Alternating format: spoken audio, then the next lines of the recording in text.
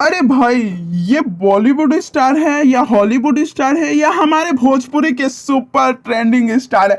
जी हाँ, सबसे पहले तो आप ये लुक देखें। लुक देख के तो बवाल मचा दिया है हमारे ट्रेंडिंग स्टार ने।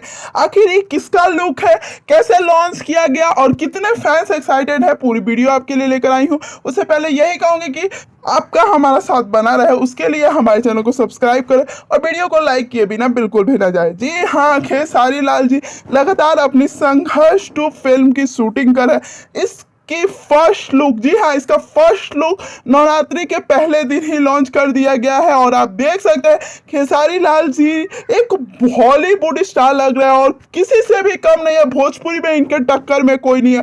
मैं लिख के देती हूँ, आपको भी ये फोटो देख के समझ में आ गया होगा। जी हाँ, एकदम हॉलीवुड वाले हमारे खेसारी लाल लग रहे हैं। आपको क्या लगता है, नीचे कमेंट बॉक्स में जरूर कमेंट करें और मेरे चैनल को भी सब्सक्राइब जरूर करें।